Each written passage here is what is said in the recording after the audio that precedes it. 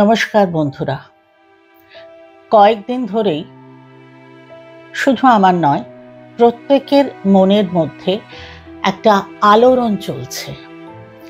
আর এই কদিনে এত রকম ভাবনা চিন্তা মাথার মধ্যে ঘুরেছে, অনেক সময় অনেক কিছু যাকে বলে ঘেঁটে গেছে। মানে কখনো বুঝতে পারছি, কখনো বুঝতে পারছি না, কখনো খুব মনে হচ্ছে এই তো এবার হবে, আবার হতাশ হচ্ছি, আবার আশা নিয়ে বেঁচে ওঠার মতো আবার বুক বাঁধছি যে না, সুবিচার হবে। আমরা সবাই জানি যে আমরা কিসের বিচারের কথা আজকে বলছি। আমি না আমার নিজের কথা বলছি। আসলে অনেকটা দূরে আছি বাংলার থেকে। খুব খুব বেশি মনে হচ্ছে যে এখন যদি যেতে পারতাম ওখানে, সেটা সম্ভব হচ্ছে না। তাই ভাবলাম অন্তত তোমাদের সাথে কিছু কথা বলি। মানে কখনো কখনো স্বপ্ন দেখছি, অনেক কিছু চলছে। সব কথা নয়, কিছু কথা বলি। ছোট থেকে বড় হয়েছি ভীষণ গর্ব নিয়ে যে আমি একজন বাঙালি।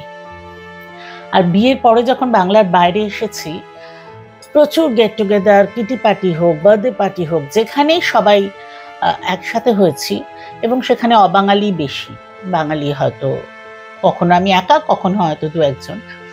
কিন্তু আমি যখনই কোনো কথা উঠেছে, যখনই সুযোগ পেয়েছি, আমার একটাই কথা ছিল যে I am really proud that I am Bengali. অনেকেই দেখেছি সেটা নিয়ে একটু হয়তো ব্যঙ্গের চোখে তাকালো, বা এটা আবার বলার কি আছে, এই ধরনের। কিন্তু ছোট থেকে এইভাবেই বড় হয়েছি।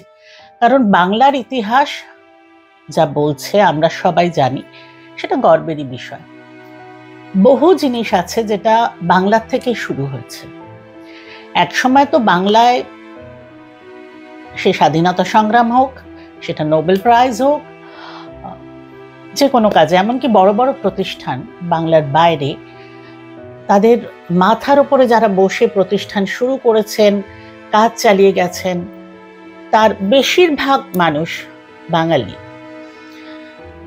সেই যে একটা গর্ব নিয়ে বড় হয়েছি, সেটা বিগত কয়েক বছর ধরে একটু যেন ধীরে ধীরে ম্লান হচ্ছিল।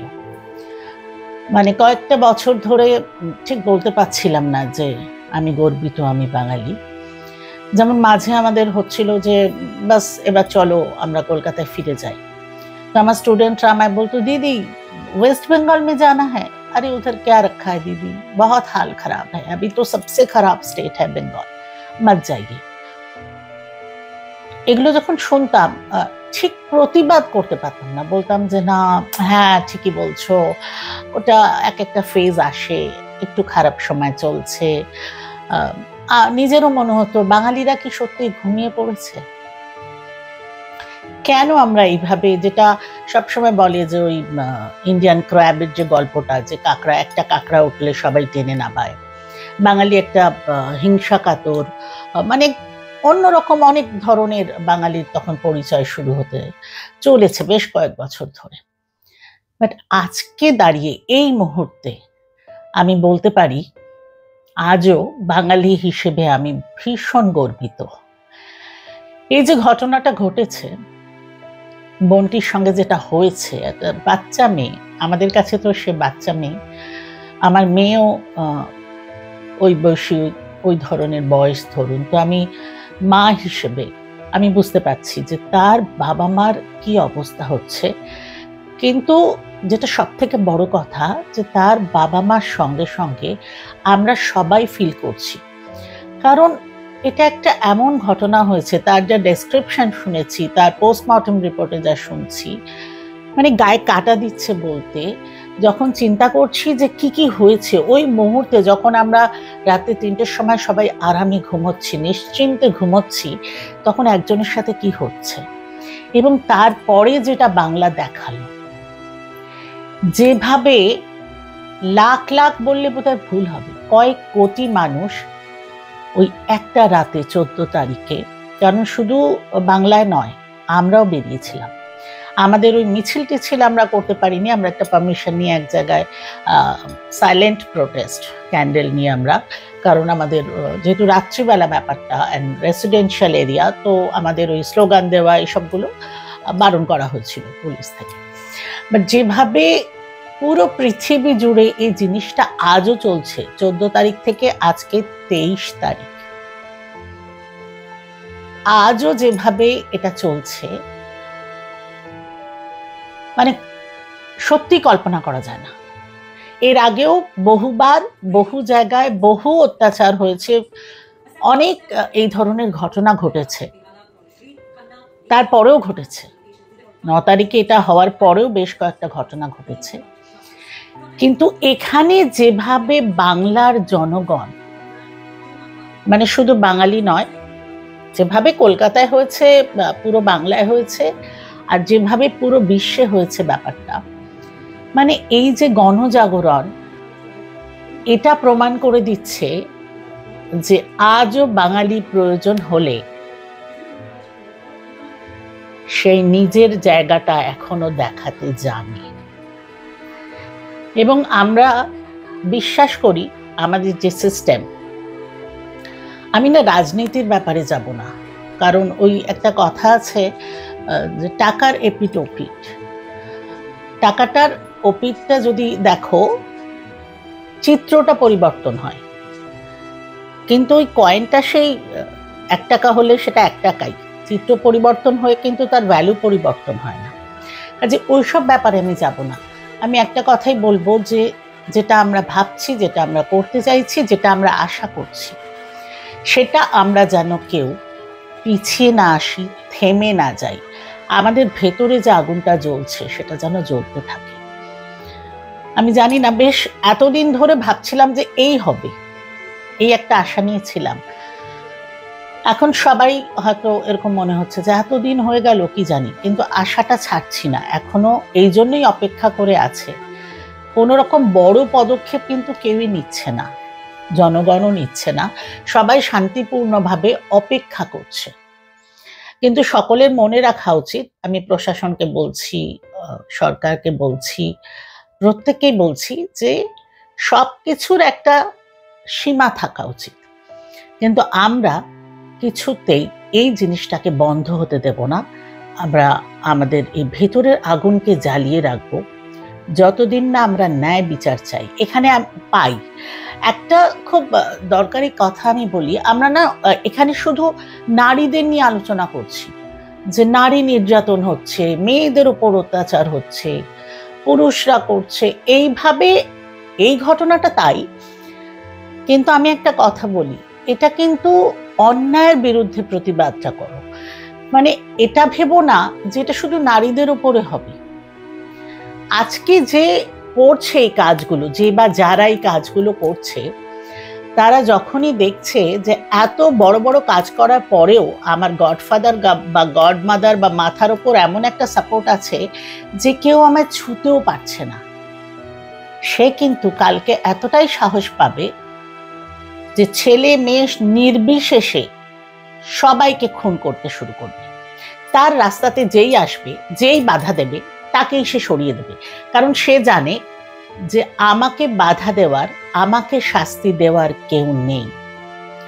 আজকে যদি আমরা সুবিচার না পাই, এই বিচার যদি না হয়, আজকে যদি সিস্টেমে এই জিনিসটা চলতে থাকে, কালকে কিন্তু ছেলে মেয়ে বলে নয়, প্রত্যেকটা মানুষের সুরক্ষার অভাব হবে। কারণ তারা এক একটা, জানি না কি ওয়ার্ড ইউজ করবো আমি বুঝতে পারছি না, মানে জানোয়ার বললে, রাক্ষস বললে না তাদের অপমান করা হয়। তারা এমন এক একটা নরখাদকে পরিণত হবে যে তারা কিচ্ছু ভাববে না, শুধু নিজের রাস্তা পরিষ্কার করবে, তাতে যাকে সরানোর প্রয়োজন হবে তাকেই সরাবে, কারণ জানে যে এই সরানোটায় আমার কেউ কিচ্ছু করতে পারবে না। সুতরাং আমি সবাইকে অনুরোধ করছি, এই আগুনটা আমাদের জ্বালিয়ে রাখতে হবে, এর শেষ আমাদেরই করতে হবে। কারণ আজকে যদি আমরা আঙুল তুলছি, যাদের দিকে আঙুল তুলছি, এটা মনে রাখতে হবে তাদের আমরাই কিন্তু এনেছি, তো তারা আমাদেরই প্রতিনিধি, তারা আলাদা কেউ নয়। তো সেটাও আমাদেরই কাজ, যে ভুল আমরা করছি বা যে ভুল করছে, মানুষ মাত্রই ভুল করে, যে ভুলটা হচ্ছে সেটাকে সংশোধন করতে হবে। আর এটা যেন বারবার না ঘটে, মানে কালকের পৃথিবী যেন আমাদের পরবর্তী যে প্রজন্ম, তার পরবর্তী প্রজন্ম, তাদের জন্য আমরা কি রেখে যাচ্ছি। আজকে ৭৮তম স্বাধীনতা দিবস পালন হলো, আমি অবশ্য যাইনি, ওটাই আমার প্রতিবাদ ছিল যে কিসের স্বাধীনতা। এত এত মানুষ প্রাণ দিয়ে দেশকে স্বাধীন করলো, তার মূল্য কি আমরা সত্যিই জানি? বেশিরভাগ লোকে জিজ্ঞেস করবে, ছোট বাচ্চারা তো, আমি জানি না, আমি অনেককে জিজ্ঞেস করে দেখেছি, তারা বলে হলিডে, বাচ্চারা বলে যে স্কুলেও যেতে হয় না আজকাল, নাকি স্কুলেও নাকি আমাদের যেমন কম্পালসারি ছিল সেসব নেই, তো আজকাল ওই এটা ওটা একটা ছুটির দিন, বাচ্চারা সেটাই জানে। অন্তত আমার এখানকার স্টুডেন্টরা তাই বলে যে আমাদের স্কুলে ডাকে না। হ্যাঁ, 15th অগস্ট তো জানি, ইন্ডিপেন্ডেন্স ডে, কিন্তু কিসের স্বাধীনতা? তোমার আমার স্বাধীনতা আছে কি? মহিলা পুরুষ হিসেবে আমি কথা বলছি না, আমি প্রত্যেকটা মানুষের কথা বলছি। আজকে তুমি স্বাধীনভাবে রাস্তায় হাঁটতে পারো না, আজকে তোমাকে রাত হয়ে গেলে ভয় পেতে হয়। আজকে মেয়েদের সাথে তো ঘটছে, কিন্তু ছেলেদের সাথেও ঘটে, এবং আগামী দিনে আমি বলছি যদি এটা না থামানো যায়, সেখানে ছেলে মেয়ে নির্বিশেষে সবার সঙ্গে ঘটবে। আমি স্বাধীনতা দিবসে জানি, এই প্রথম এত বছর বয়সে আমার ছোট থেকে এরকম মানে এগুলো শিখে বড় হয়েছি।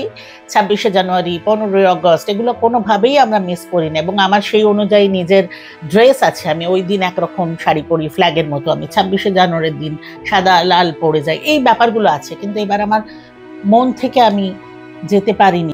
প্রচুর লোকের মুখে শুনলাম যে এই স্বাধীনতা দিবসটা তো একটা প্রথা, এত বছর ধরে চলছে, সেজন্য ইচ্ছে ছিল না কিন্তু তাও গেছি। প্রথা? যদি এটাকে প্রথা বলে তুমি ইচ্ছে না থাকা সত্ত্বেও গেছো ভারত মাকে সম্মান জানাতে, আর যদি এইভাবেই চলতে থাকে, কয়েক বছর পরে হবে পাশের বাড়িতে ধর্ষণ হয়েছে বা কারুর খুন হয়েছে, খুব খারাপ লাগছে, কিন্তু এখন তো সমাজে এটাই প্রথা। এই দিন যেন না আসে, সবাই মিলে তাই হাতে হাত মিলিয়ে একসঙ্গে এগিয়ে যেতে হবে। এর শেষ আমাদেরই করতে হবে, ভালো সমাজের কথা ভেবে, ভবিষ্যতের কথা ভেবে, না হলে কিন্তু তোমার আমার কারুর ভবিষ্যৎ সুরক্ষিত নয়। আমাদেরই দেশ, যেখানে আমরা নারী মূর্তির পুজো করি, নারী শক্তির পুজো করি। আমার তো মনে হয় যদি আমরা বিচার পেতে সময় লাগতেই পারে, কিন্তু যদি আমরা বিচার দুর্গাপুজোর আগেও না পাই, এবছর যেন প্রত্যেকে দুর্গাপুজো বয়কট করে। এটা আমার মনে হয়। যে মায়ের কাছে গিয়ে তোমরা কি চাইবে? মা শক্তি দাও যাতে অন্যকে ধ্বংস করতে পারি। এই চাওয়া যে কতটা খারাপ। আর আমি ভীষণ ইমোশনাল, আমি দেখছি যে শিল্পীরা রাস্তায় নেমে পড়েছে, মানে ভেতর থেকে না আমি একদম ছটফট করছি। আর 24 ঘন্টা মানে ওই কাজ যখনই থাকছে না, শুধু টিভি খুলে দেখছি যে হয়তো কোনো আশার খবর পাবো, হয়তো কোনো ভালো খবর পাবো। যাই হোক, একটা কথাই বলি যে বাঙালি হিসেবে আমি আজও গর্বিত। আর সকলকে এই একটাই অনুরোধ, এই আগুনটা নিভতে দেওয়া যাবে না। ভবিষ্যতের প্রজন্মের জন্য, আমাদের নিজেদের জন্য, ছেলে মেয়ে নির্বিশেষে সবাই, এখানে পুরুষ মহিলার কোনো ব্যাপার নেই, প্রত্যেকে সুরক্ষার জন্য লড়াই করতেই হবে। সবাই খুব ভালো থেকো, খুব তাড়াতাড়ি আবার দেখা হবে। নমস্কার।